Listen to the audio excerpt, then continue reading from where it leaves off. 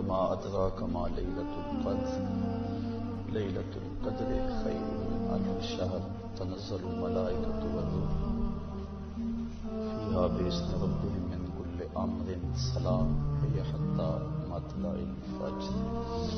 صدق اللہ مولانا العظیم. حمد و صلاۃ کے بعد واجب الاحترام برادران اسلام، السلام علیکم ورحمۃ اللہ وبرکاتہ. ذکر رسول کی چاشنی سے بھی آپ کو کافی سیرابی ہوئی اور مجھ سے قبل 2-3 خطابات بھی آپ کے سامعہ نواز ہوئے. 1:15 ہو گئے.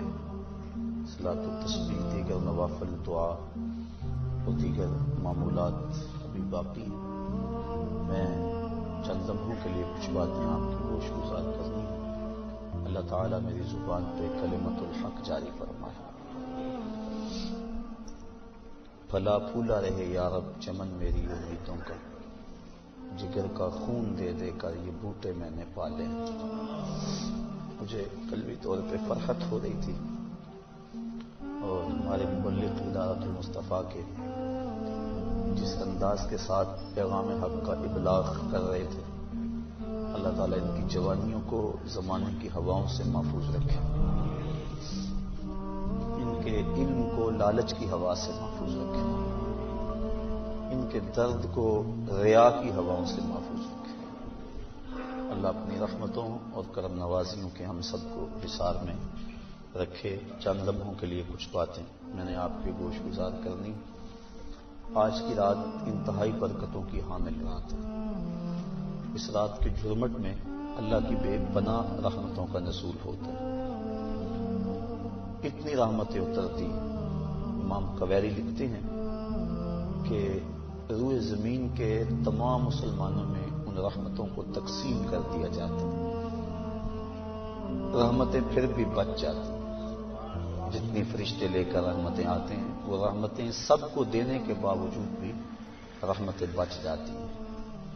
پھر وہ رحمتیں دار الحرب میں رہنے والے کافروں میں بانٹی جاتی ہیں، اور جس جس کافر کو اس رحمت سے حصہ ملتا ہے اللہ اسے اسلام عطا فرماتے ہیں.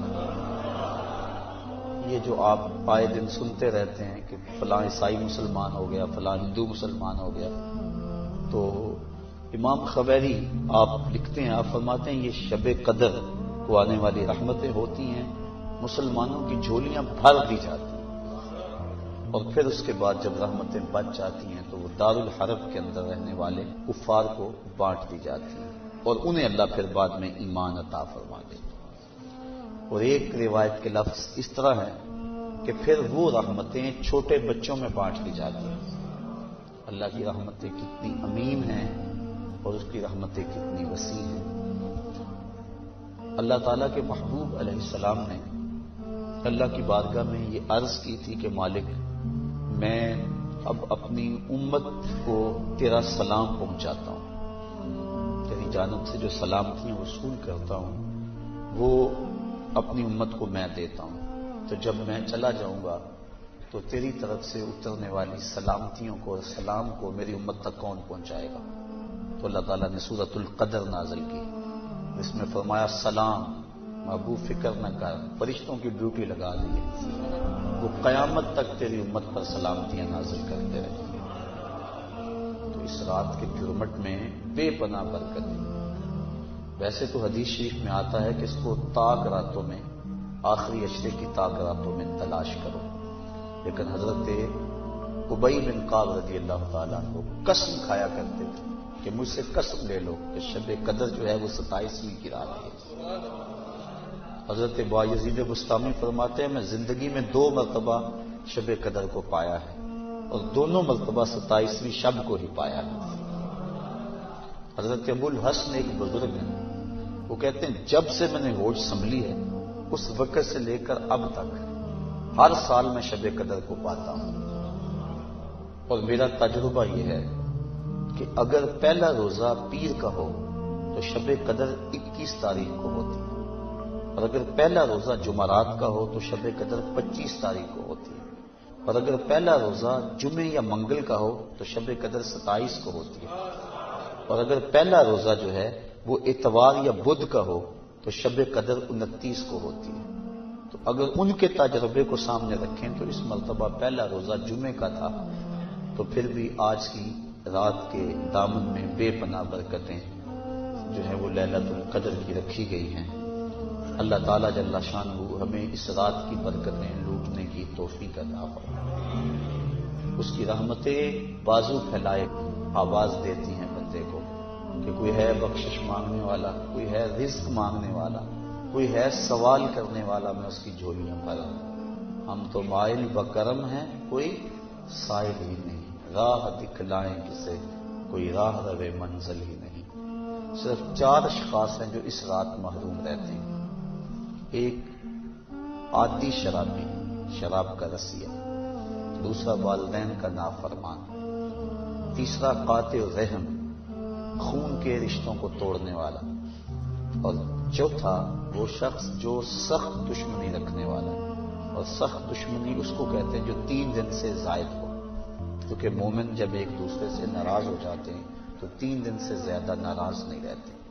تو جو 3 دن سے زیادہ ناراض ہیں ان کو سخت دشمنی رکھنے والا کہا جاتا ہے۔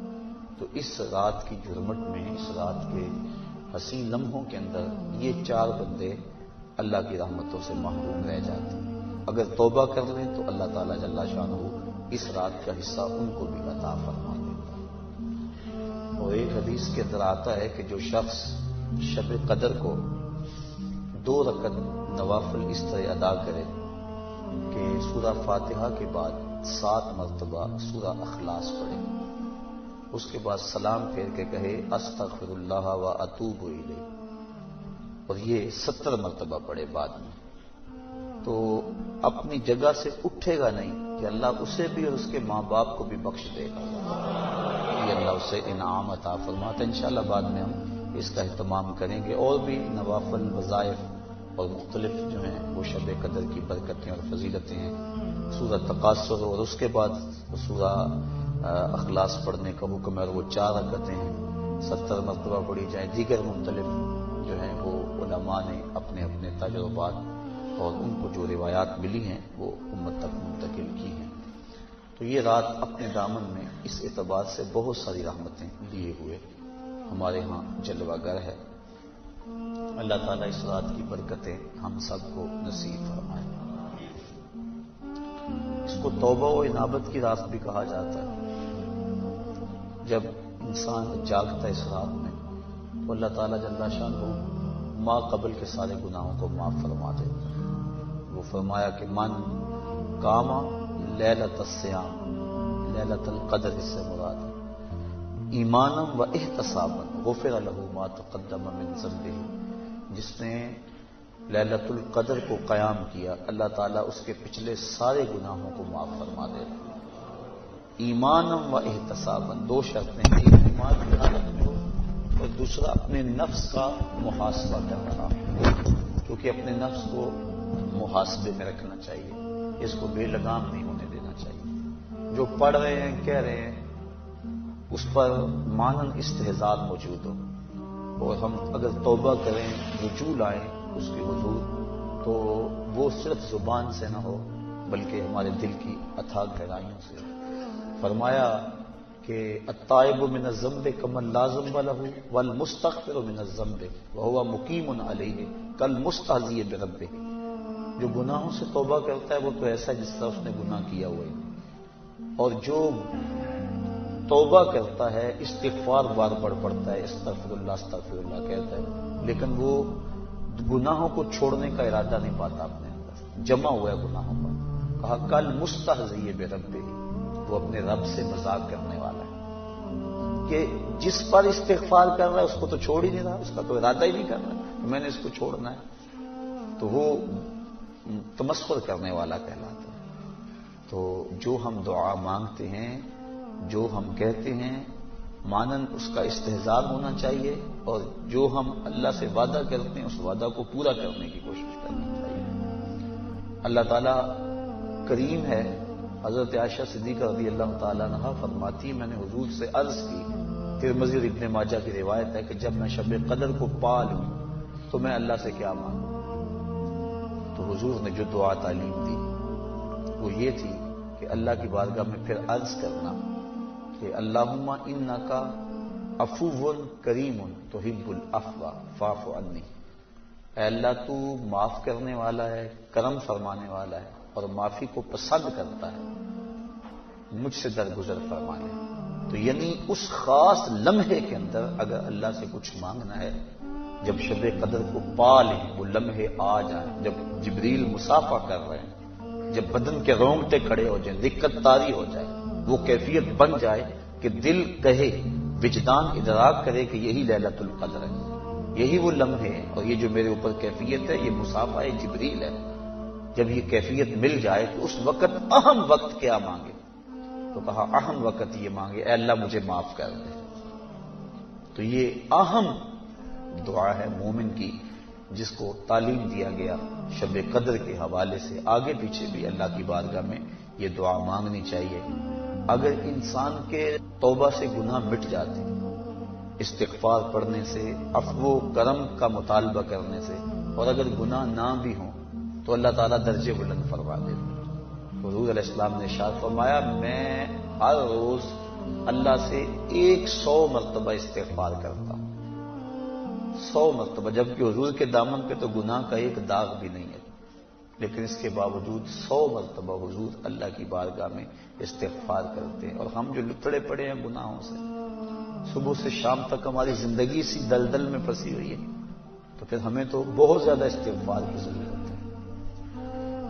اللہ اکبر۔ عبرت اللہ نصیب فرما دے، وہ ایک بچہ تھا چھوٹا، جنگلوں میں رو رہا تھا اور اس کی آنکھوں میں آنسو امٹ رہے تھے اور چیخ رہا تھا، رو رہا تھا۔ کوئی بزرگ تھا وہ قریب سے گزرا، دیکھا بچے کو رو رہے، کہا بیٹا کیا ہوا؟ کہا اللہ سے بڑا ڈر لگتا۔ چھوٹا سا بچہ 6-7 سال کی عمر ہے۔ اللہ اکبر، اللہ سے ڈر لگتا ہے۔ تو اس نے کہا بچہ تیرے تو نامہ اعمال میں ابھی گناہ ہی درج نہیں ہوا، جب تک انسان بالغ نہیں ہوتا تو نامہ اعمال نہیں کھولا جاتا، جب بلوغت ہوتی ہے تو فرشتے نامہ اعمال کھول کے بیٹھ جاتے ہیں۔ تو کہا تیرے تو نامہ اعمال میں گناہ ہی نہیں ہے، تو کیوں رو رہا ہے؟ کہا میں نے اپنی امی کو دیکھا تھا کہ وہ چولہے کے اندر لکڑیاں ڈال کر ان کو آگ لگاتی تھی، آگ نہیں لگتی تھی، دیا سلائی بجھ جاتی تھی۔ اس نے چھوٹی چھوٹی لکڑیاں لی اور ان کو توڑ کے نیچے رکھا، پہلے چھوٹیوں کو لگائی اور ان کو لگی پھر بڑیوں کو لگ گئی۔ تو میں اس وقت سے چیخ رہا ہوں کہ حشر کے دن جہنم کے اندر اگر بڑے بڑے گناہگاروں کو ڈالا گیا، آگ نہ لگی تو مجھ چھوٹے کو نہ رکھ لیا جائے۔ یعنی خوف اور خشیت کا عالم دیکھیے۔ تو کہا میں کس وجہ سے ڈر رہا ہوں؟ تو جن کے ذمے گناہ بھی نہیں ہے وہ ڈر رہے ہیں، رو رہے ہیں، جس کے دامن کو اللہ نے عصمت کے پھولوں سے مزین کیا ہوا ہے، وہ تو روز 100 مرتبہ استغفار کریں اور اللہ سے توبہ کریں۔ اور ہم جو سراپا گناہ ہیں، ہماری سوچ، ہماری فکر، ہمارے خیال، ہمارے کاروبار گناہوں میں لتڑے ہوئے ہیں سب کچھ۔ تو اس لیے ہمیں بہت زیادہ ضرورت ہے اس بات کی کہ ہم اللہ کی حضور رجوع کریں۔ یہ ایک رات 1000 مہینے سے بہتر ہمیں دے دی گئی ہے۔ 1000 مہینے کی عبادت کریں، 83 سال اور 4 ماہ بنتے ہیں۔ اتنی دیر قیام میں کھڑے رہو، رکوع اور سجدے میں کھڑے رہو، اور ایک رات عبادت میں گزار دو۔ اور ایک روایت میں پڑھا جو اس رات میں اللہ اکبر جتنی دیر میں بکری کا دودھ دھویا جاتا ہے، کتنی دیر لگتی ہے بکری کا دودھ دھوتے ہوئے، اتنی دیر قیام کیا، کھڑا رہا عبادت میں، نماز میں، جتنی دیر میں بکری کا دودھ دھویا جاتا ہے، اللہ تعالیٰ اس کی مغفرت اور بخشش فرما دیتا ہے اور اس کو پوری لیلۃ القدر کی فضیلت عطا کر دیتا ہے، جس نے اتنا قیام کیا جتنا بکری کا دودھ دھوتے ہوئے وقت لگتا ہے۔ تو اللہ نے یہ مجھے اور آپ کو توفیق عطا فرمائی اور امت کو یہ مزاج عطا کر دیا کہ وہ جتنے مرضی گناہگار ہوں، شب قدر کو تو جاگنے کا معمول بن گیا ہے، اور کئیوں کو الحمدللہ توبہ بھی نصیب ہوتی ہے، پکی توبہ، اور یہ بہت بڑی دولت ہے۔ زندگی مختصر سی ہے، میں چونکہ تقریر اور گفتگو لمبی نہیں کرنی ہے، اختصار سے عرض کر رہا ہوں کہ مختصر سی زندگی ہے، پتہ نہیں کب سانسوں کی مالا ٹوٹ جائے، اور ہم موت کی آغوش میں چلے جائیں، پھر کوئی حجت باقی نہ رہے۔ مجھے اور آپ کو اپنی اصلاح کے لیے کوشش کرنی چاہیے۔ ذکر فکر میں آج کی رات ہم گزاریں گے اور بوقت سحر تک آپ یہاں موجود رہیں۔ آپ کے لیے انشاءاللہ العزیز سحری کا انتظام بھی کیا گیا ہے۔ معتکف حضرات جو 10 دن سے آئے ہوئے ہیں، ان کا مقصد اور مدعا لیلۃ القدر پانا ہے۔ آپ بھی لوگ ہیں، کچھ آج نئے آئے ہیں، تو اللہ تعالیٰ جل شانہ ہم سب کو اپنے قرب کی راہیں عطا کر دیں اور ہمارے لیے عمل آسان